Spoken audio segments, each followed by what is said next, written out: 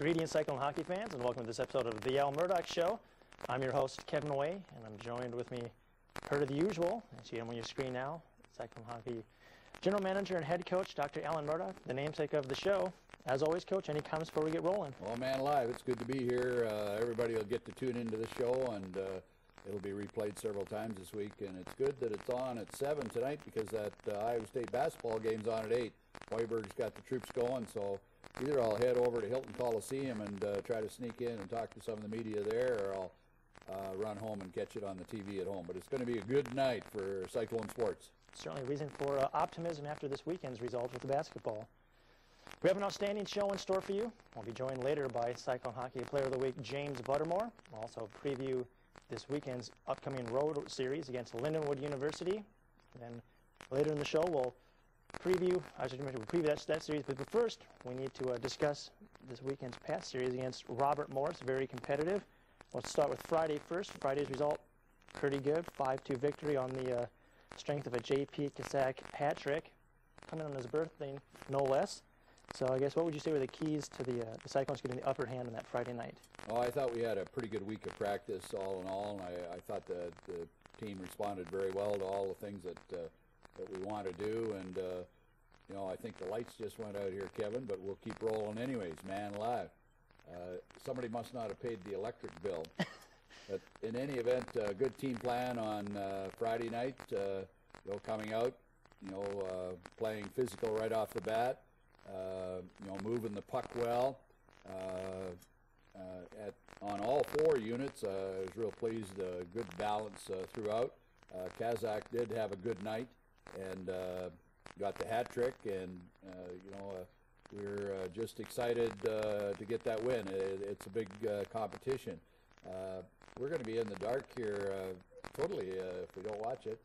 But in any event, the show goes on, man, live.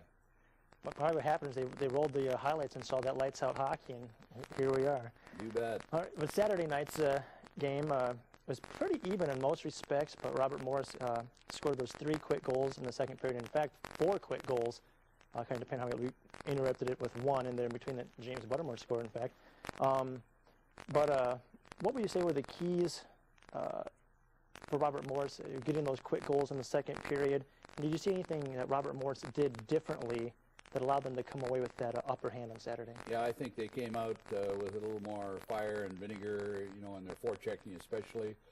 They went pretty hard at us with a 2-man forecheck. They knew they had to get after us to stay in the rankings. They're ranked, I think, something in the neighborhood of 9. We're ranked 7th. You know, it has an impact on the Central States seeding too, win-loss record, and you know we're nip and tuck with them at number 7. There will be another ranking this week. We've actually won 3 in the last 4, and their record should be about the same, 3 in the last 4. So should be a toss-up, and keep things moving forward as best we can. And Robert Morris, that's the style of hockey I like coaching against. I think our players like playing it. It's pretty physical. It's fast. Good goaltending at both ends of the ice. Good defense at both ends of the ice. So if we could play hockey like that every weekend, our team would have huge gains and do very well. Definitely was high-level hockey and exciting hockey. We'll let the fans in on some of the exciting hockey and roll the highlights. We have 9 goals from this weekend to share, so it should be some good stuff here for a little period of time. I'll start with Friday night's goals.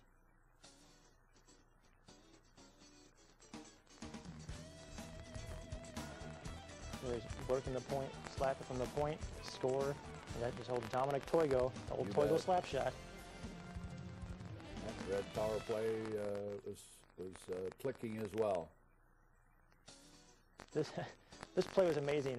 Derek Cole sends that saucer shot / pass towards the net, and J.P. Kasak deflected out of midair and in. That was impressive. And there's J.P. Kasak just actually sniping. That puck was rolling too. Don't know if that came through on the camera, but he sniped a rolling puck. That's pretty impressive.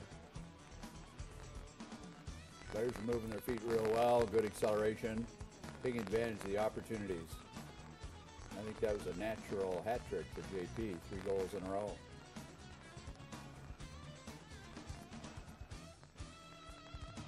Good team displaying a good puck movement, taking advantage of creating 3-on-2s and 2-on-1s.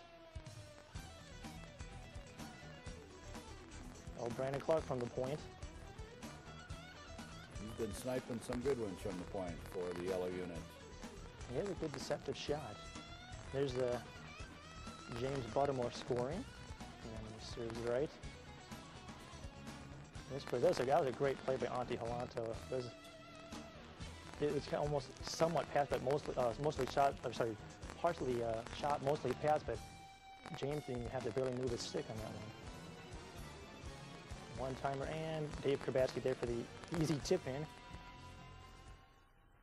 Good shots from the point, and good rebound, recovery, and putting it in the net. Absolutely.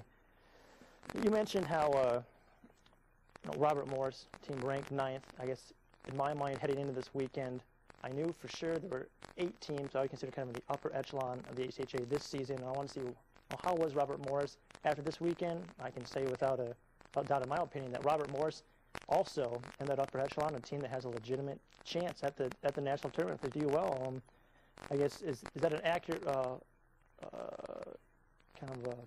accurate for me to say, or perception? I hate to say it, but it's real close to a carbon copy of last season. Last season they were hanging in there right around number 10, number 11, and it came down the stretch and they played really well. We swept them last year at this same point in time, and it ended up, they ended up qualifying for the national tournament. So they played very well. They worked very hard. They're well coached. Chico Andrades is a good coach out of the Chicago area, and does a good job. Absolutely. As they continue to show very, as you mentioned, respected program. Have 5 programs at that school. I guess as we've seen on our schedule and watching other top teams play, it seems like this year that almost anyone in the top 25 or even the teams receiving votes could create a hassle for teams at the national tournament. Do you say that's an accurate observation? And I guess, what do you think? Is that an increase in parity? What's happening? I've heard the word parity used a lot around the country in different news releases and different stories, and it's definitely a case where anybody in the top 25 can beat anybody in the top 25 right now. It's been kind of like a kangaroo court. Arizona State, was beating teams, and then all of a sudden Oklahoma beats Arizona State, and then all of a sudden Minot State beats Oklahoma, and so it's a 3-4 ring circus. The way I look at it, it's an opportunity for Iowa State, where as young as we are, with 12 freshmen in the lineup, it's a good opportunity for us just to play to the best of our ability and let everything else take care of itself. Certainly. I guess with looking back at this past weekend, what would you say are the positives that the team takes away from it, and then what are some of the lessons the team can learn from this series against Robert Morris? Yeah, I thought, positives on Friday night.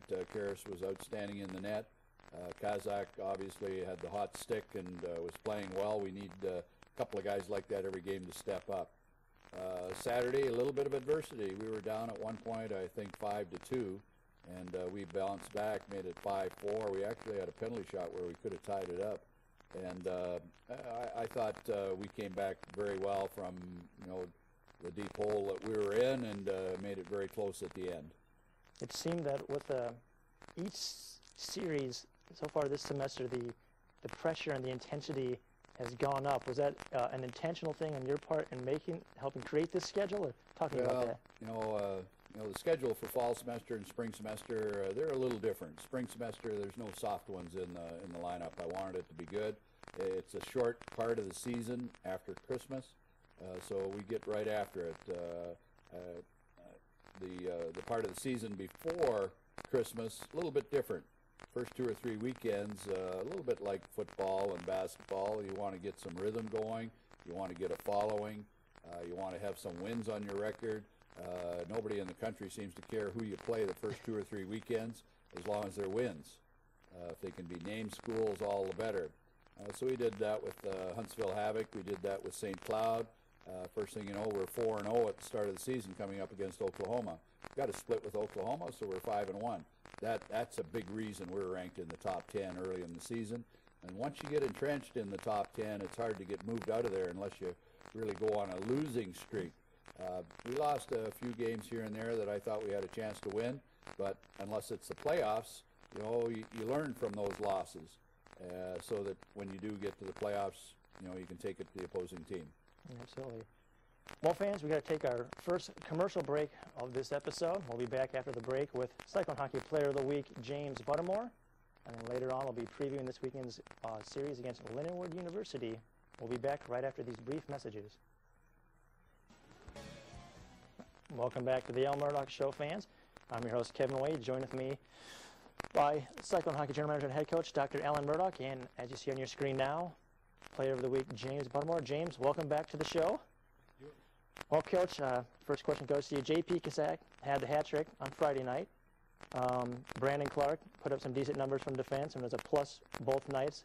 James Buttermore is our Player of the Week. So talk a bit about what it was about James' performance this weekend that earned him these honors. Yeah, I think good balanced play. That's what we look for. He was working real hard on a regular shift. He worked real hard on the power play. And there are times where I'll put him out there even on penalty kill just to get a quick face-off.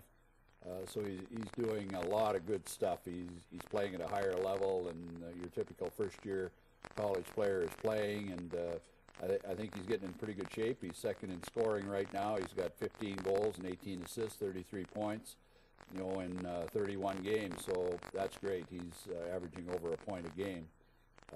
His line mate, J.P. Kazak, you know, is at 39 points. So a couple of guys that are doing real well. Colas is looking real solid with 9 goals, 11 assists, 20 points, but he's kind of the wide body on the line. All those guys are big guys. All of those guys, I think, are what college hockey players look like these days, and all three are very good students as well. So that's what we're looking for these days, and that's what helped earn James Buttermore Player of the Week for the second time this season. Absolutely. We may have a green screen. Oh, we had a green screen. James plays on the yellow line for Cyclone Hockey. Since the first time you were named Player of the Week, as Coach mentioned, you've bumped up a tiny bit up to second in team scoring, averaging over a point per game. How has it felt for you to have such a sound and successful freshman season to date? Yeah, I think I've just come into the league. I didn't know what to expect, and now that the season has been going on, things have been going well, and I'm getting more comfortable every game. So things have been going well. And Coach, one thing I've noticed about James this entire season, he's consistently game in, game out, one of our better players. Even in games where the team may have played only average or so, James is one of the players who come in. He's one of the guys who's trying to make things happen, getting things done. Still one of our standout players. Is that a accurate observation, and what would you say have been the keys to James' consistency?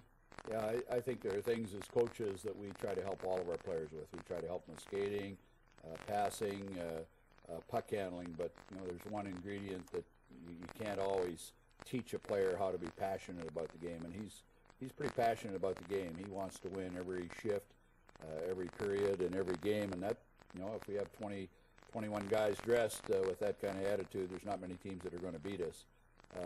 He's older than being a freshman at Iowa State, and that says a lot. We feel he'll have a lot of success here over the next few years. Quite frankly, this next year is a Team USA World University Games year, and he's going to be high on a number of people's list, along with Kazak and maybe even a guy like Colas or Kurbatsky and Feeble. They're up there in scoring and points as well, so they're going to catch the eyes. We go to St. Louis this weekend to play Lindenwood, and Zombo, I know, respects our top couple of lines. He's a former NHLer. He's got Ted Sater as his assistant coach now, and that guy, I go way back 35, 40 years with him. So they've got a good staff, but I've asked them to participate in helping evaluate players for Team USA. We want to win a gold medal in that event. It's a huge event, and a guy like James Buttermore, I think has as good a shot as anybody in the country. James, along those lines, what of your personal achievements so far? Obviously, hockey players don't usually like to brag on themselves, but of your personal achievements, what are you most proud of so far? And then, how does it feel to hear your name brought up, in consideration for Team USA in the World University game? Oh, it's definitely a huge honor, and I'm just gonna have to work harder and harder each day now on to make sure I can push to that next level and make that team. So that'd be great. That'd be awesome.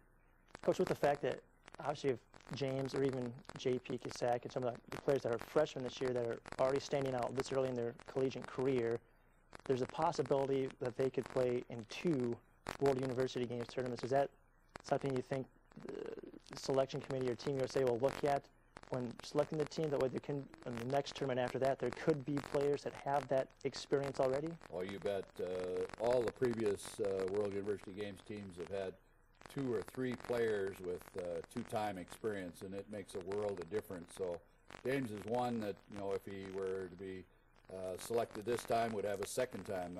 World University Games are every 2 years. At the same time, if he's not selected, if we don't have guys selected, it's becoming more and more competitive every time around. Andrew Murdoch, former player for Iowa State, and he played twice in the World University Games. In what I consider the formative years, 2001 when we beat the Russians, and 2003 when Joe Batista from Penn State was the head coach. So we have examples of that, and I think a guy like Andrew Murdoch, who's on the ice with the guys, not every day but quite often, has a good rapport with players like James and a lot of the other guys that would have a shot at it. He'd be able to offer a lot of advice and give them incentive to work hard 12 months a year. So nice. Coach, with obviously, because we're already talking about James, with World University Games potential, what sort of potential does he or even JP Kasak have it challenging for an all-CSHL team or even an ACHA all-rookie team? Well, I think points have a lot to do with it. Our win-loss record has a lot to do with it. We've won 24 games to date, and we've still got quite a bit of season left. Quite frankly, I think we've got a good, solid shot at winning 30 games this season. And, not a lot of Cyclone teams have done that. And the Cyclone teams that have hit 30 wins, have, gone a long ways deep into the national tournament. We've been in the national tournament many times. We've been in the Final Four many times. We've been in the championship game many times. And I think we're due to be back there. But James could be one of those guys that could be back to that national tournament 4 times. So that's, the 12 freshmen that we have on the team. We keep nurturing them, keep helping them grow, get better skating, get better in puck handling, get better in shooting, all aspects of the game, and keep growing and keep getting the good grades. We have a solid core of underclassmen to build with. Have a great team for this year, but even looking forward, even better. I guess, James, looking even forward further, obviously after this season, you'll have 3 years of additional Cyclone hockey to play. At this point, obviously there's a lot of development to go, but do you hold out any aspirations of playing pro hockey one day?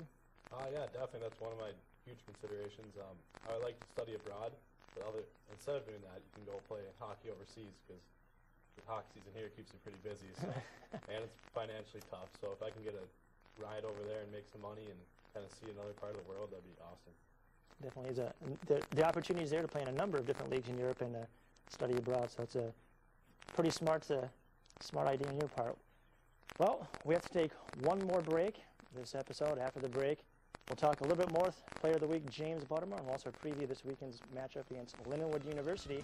We'll catch you on the flip side of these brief messages.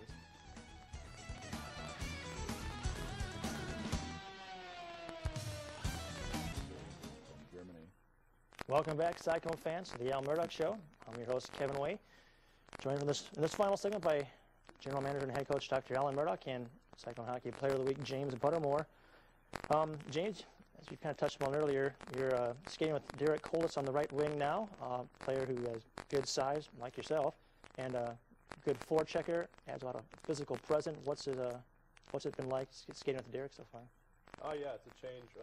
Obviously, the loss of Roundbach from our line has had a little impact, but now Derek's been doing a great job to fill in his role, and he's one of those guys who goes in, he's going to get the puck in the corner for you and throw it out in front, and he's the kind of guy I like to play with. You had a couple plays exactly like that this weekend. Yeah. Coach, in your mind, how has the trio of Buttermore, Kasak, and Colas performed, and what's it like being able to trot out a line at this level with that much size? It's a pretty balanced line.